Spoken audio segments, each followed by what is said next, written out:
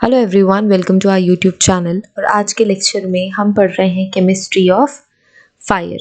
सो previous lecture में हमने arson cover किया है, arson and fire. So arson and fire में बेसिक की डिफरेंस होता है। आर्सन है डेलिबरेट सेटिंग ऑफ फायर या विलफुल सेटिंग ऑफ फायर, किसी भी प्रॉपर्टी को डैमेज करने के लिए, डिस्ट्रॉय करने के लिए। फायर हमेशा एक्सीडेंटल होती है, ठीक है। फायर एक्सीडेंटल होती है, बट आर्सन एक्सीडेंटल नहीं होता, विलफुल होता है, डेलिबरेट होता है, ठीक है। And it is a criminal offence, ये क्राइम है बिकॉज ये इलीगल एक्टिविटी है, ठीक है। सो ये हमने प्रीवियस लेक्चर में कवर किया है, आर्सन और कैरेक्टरिस्टिक फीचर ऑफ आर्सन। आज के लेक्चर में हम केमिस्ट्री ऑफ फायर पढ़ रहे हैं, ठीक है। So definition of fire, fire है क्या एक्चुअली, ठीक है, एंड केमिस्ट्री क्या है फायर के पीछे। सो आर्सन में भी फायर ही इन्वॉल्व है, बस सिर्फ और सिर्फ विल और इंटेंशन का इंक्लूजन हुआ है। केमिस्ट्री ऑफ फायर शुरू करने से पहले क्विक रिमाइंडर, ऐप की लिंक डिस्क्रिप्शन में है, टेलीग्राम चैनल की लिंक डिस्क्रिप्शन में है, इंस्टाग्राम की लिंक डिस्क्रिप्शन में है, एंड व्हाट्सएप सपोर्ट भी डिस्क्रिप्शन में लिंक है, नंबर है।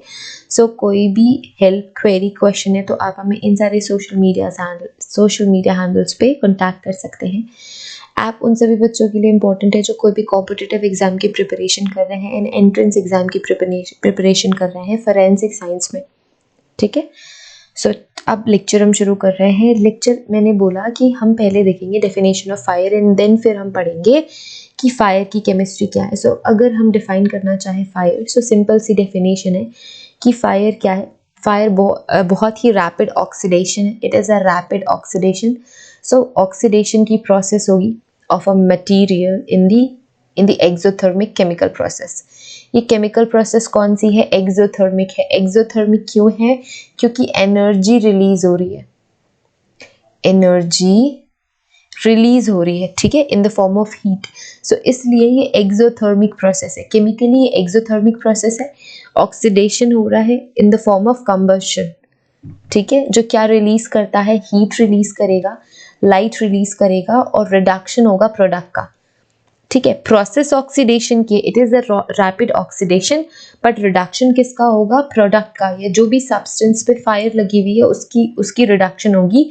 जो प्रोसेस है वो ऑक्सीडेशन की है एंड एनर्जी रिलीज हो रही है, इसलिए एक्सोथर्मिक केमिकल प्रोसेस है। या फिर आप कह सकते हैं फायर इज अ स्टेट और अ प्रोसेस और an instance of combustion in which fuel and other material is ignited. So fuel हमने इग्नाइट किया है और अदर मटेरियल भी इग्नाइट किया है in the presence of fuel, ठीक है। सो फ्यूल के साथ अगर वो कोई भी क्लॉथ हो, चाहे वो क्लॉथ हो, वुड हो, कुछ भी हो, अगर वो फ्यूल के साथ में है तो वो ज़रूर फायर कैच करेगा। And it is a combined oxygen giving of light, it is a combined reaction which gives oxygen and which takes oxygen, sorry, it takes oxygen, क्योंकि मैंने previous lecture में बताया है without oxygen fire नहीं आएगी।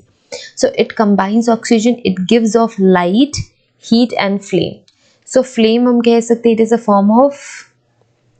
form of energy, ठीक है, light के फॉर्म में। एंड हीट लाइट फ्लेम में सारा कुछ एनर्जी ही रिलीज हो रही है in the form of different, क्या कह सकते हैं, डिफरेंट वे में।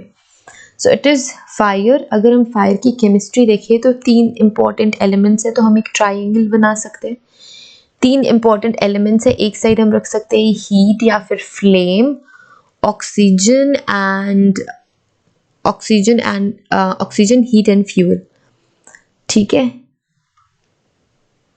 सो फ्यूल, हीट और ऑक्सीजन, ये ट्राइंगल है, ये 3 इंपॉर्टेंट एलिमेंट्स हैं जो कि फायर कॉज करते हैं या फायर प्रोड्यूस करते हैं, ठीक है। सो फायर की केमिस्ट्री में भी ये 3 एलिमेंट्स ही इंक्लूडेड होंगे, oxygen, heat and fuel. Heat को आप कह सकते हो, हीट को हम फ्लेम भी कह सकते हैं, बट हीट ज़्यादा अप्रोप्रिएट वर्ड है, ठीक है। सो फायर क्या है? फायर एक केमिकल रिएक्शन है, it is a chemical reaction that takes place when fuel, heat and oxygen combines in uninhibited chain reaction, ठीक है। सो जो फ्यूल है, हीट है, ऑक्सीजन जब कंबाइन होंगे तो फायर आएगी and it is a chain reaction. कैसी रिएक्शन है ये? चेन रिएक्शन है। जब तक फ्यूल मिलता रहेगा, जब तक हीट रहेगी, जब तक ऑक्सीजन रहेगी, फायर चलता रहता है। It goes towards the air. मैंने क्या बोला था लास्ट लेक्चर में, जहाँ पे भी ऑक्सीजन, बेसिकली ऑक्सीजन की बात है, जहाँ पे भी एयर होगी, जो फायर का डायरेक्शन है वो एयर के साइड पे होगा, क्योंकि जितनी ज़्यादा एयर है वहाँ पे ऑक्सीजन है, एंड ऑक्सीजन है तो वो रिड्यूस करेगी कोई भी सब्सटेंस या मटेरियल, और कोई भी सब्सटेंस मटेरियल लाइक पेपर और वुड, ये सारा कुछ एज अ फ्यूल एक्ट करेंगे, सो वो फ्यूल हो जाएगी। फ्यूल हमेशा पेट्रोलियम प्रोडक्ट्स नहीं होंगे, ठीक है। सो वो पेपर भी हो सकता है, वो प्लास्टिक भी हो सकता है, वुड भी हो सकता है, सो फ्यूल कुछ भी हो सकता है, ठीक है। And combination of heat, fuel and oxygen will create the fire. तो इसीलिए मैंने बोला ये चेन रिएक्शन है। अगर हमें फायर रोकनी है, to stop burning of fire, out of these 3 element present in fire triangle should be remove. कोई भी एक एलिमेंट अगर हम इस फायर ट्राइंगल से रिमूव कर ले, या तो फिर फ्यूल रिमूव करें, या हीट रिमूव करें, या ऑक्सीजन रिमूव करें, तब जाके ये फायर बंद होगी, ठीक है। ऑक्सीजन अगर हम रिमूव कर लेते हैं कंप्लीटली तो भी फायर बंद हो जाएगी। अगर हम फ्यूल रिमूव कर लेते हैं, कोई भी पेट्रोलियम प्रोडक्ट है या कोई भी पेपर या कोई भी एज अ फ्यूल जो इस पूरे प्रोसेस में एक्ट कर रहा है, अगर आप उसे इससे रिमूव कर लोगे, इस फायर ट्रायंगल से रिमूव कर लोगे, तो फायर रुक जाएगी, ठीक है। Removing or remove of any one of these elements and the fire goes out because you have stopped continuing chemical reaction। अगर हम कोई भी एक एलिमेंट रिमूव कर लेते हैं तो वो केमिकल रिएक्शन बंद हो जाएगी, जो चेन केमिकल रिएक्शन शुरू हुई है वो बंद हो जाएगी और फायर बंद हो जाएगा। बिकॉज ओनली गैसेस बर्न, ठीक है, सिर्फ और सिर्फ गैसेस बर्न होती है। यहाँ पे एक इंपॉर्टेंट पॉइंट है स्टार मार्क, कि सिर्फ और सिर्फ गैसेस बर्न होंगी। जो सॉलिड है और लिक्विड फ्यूल है, it must be heated until they become vapour. So कोई अगर सॉलिड फ्यूल है या लिक्विड फ्यूल है तो उसे तब तक हीट होना होता है जब तक कि वो वेपर में कन्वर्ट ना हो जाए, and after converting into vapour it can burn, ठीक है। सिर्फ और सिर्फ गैसेस बर्न होती है। सो अगर वो कोई सॉलिड है, अगर वो कोई लिक्विड सब्सटेंस है, तो पहले हीट की वजह से वो वेपर में कन्वर्ट होंगी, एंड उसके बाद फिर बर्निंग होगी। जो हीट है, it is chemically decomposing, it chemically decomposes the fuel, ठीक है, केमिकली फ्यूल को डिकम्पोज करता है। तो मैंने क्या बोला, पेट्रोल आपका फ्यूल हो सकता है, केरोसिन आपका फ्यूल हो सकता है, पेपर फ्यूल हो सकता है, वुड फ्यूल हो सकता है, क्लॉथ मटेरियल फ्यूल हो सकता है। सो ये सारे के सारे elements as a fuel act करते हैं, एंड हीट क्या करती है, इस फ्यूल को ही डिकम्पोज करती है, ठीक है। अगर पेट्रोलियम है, पेपर है, वुड है, क्लॉथ है, इसे डिकम्पोज करती है हीट, ठीक है, इनटू गैसेस एलिमेंट। सो तब तक हीट इन पे केमिकली एक्ट करेगी जब तक ये गैसेस एलिमेंट में कन्वर्ट नहीं हो जाते हीट की वजह से, and this decomposition is known as pyrolysis या पायरोलाइसिस, ठीक है। This decomposition is known as pyrolysis.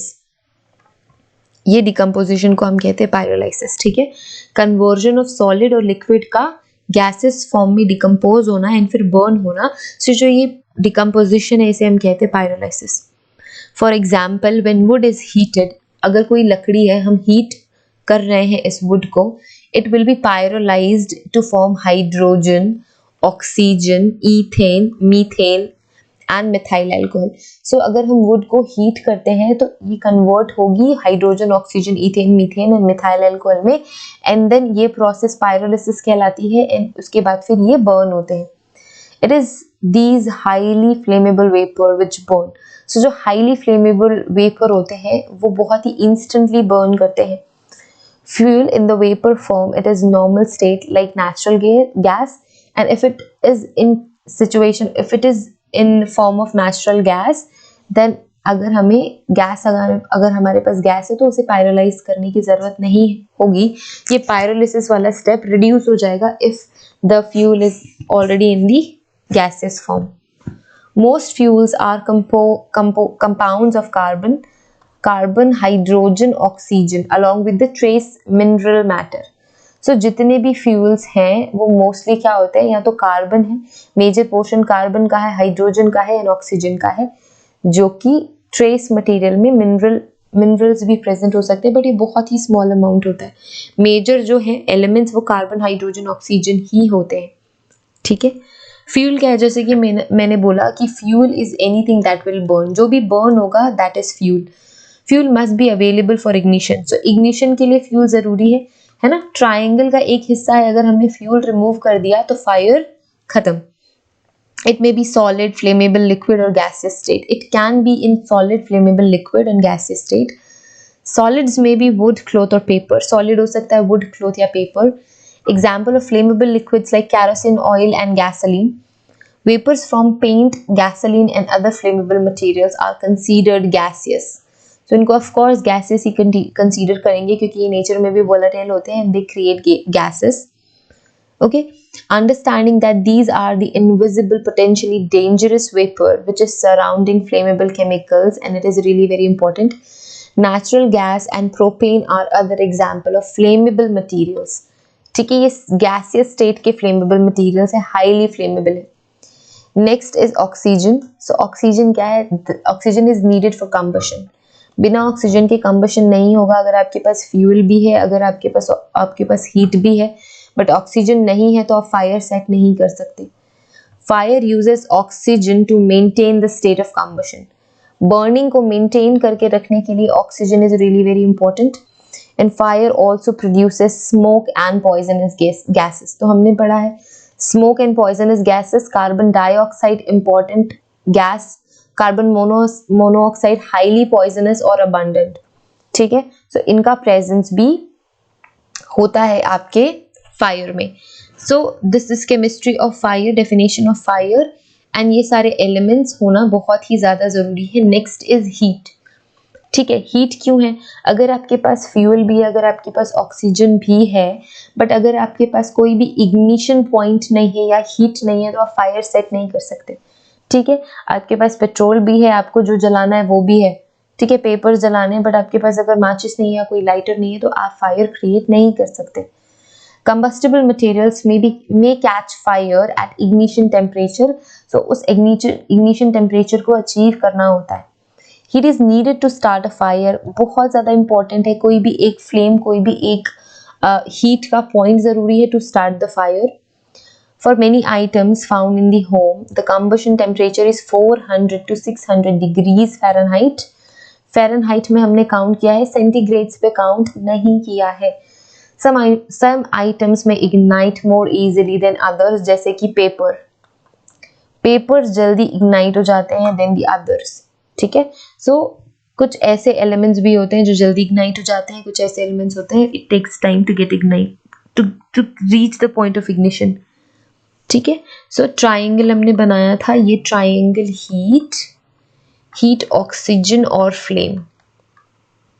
सो ये सारे के सारे एलिमेंट्स बहुत ज़्यादा इंपॉर्टेंट है, एंड केमिस्ट्री में भी यही इंपॉर्टेंट है कि आपने हीट ज़रूरी है, आपको फ्लेम ज़रूरी है, एंड आपको ऑक्सीजन बहुत ज़्यादा ज़रूरी है टू सेट अ फायर। या तो वो डेलिबरेटली फायर हो या तो एक्सीडेंटल फायर हो। सो एक्सीडेंटल फायर में भी ये सिचुएशन अचीव होना ज़रूरी है कि हीट भी है, फ्लेम भी है एंड ऑक्सीजन भी है।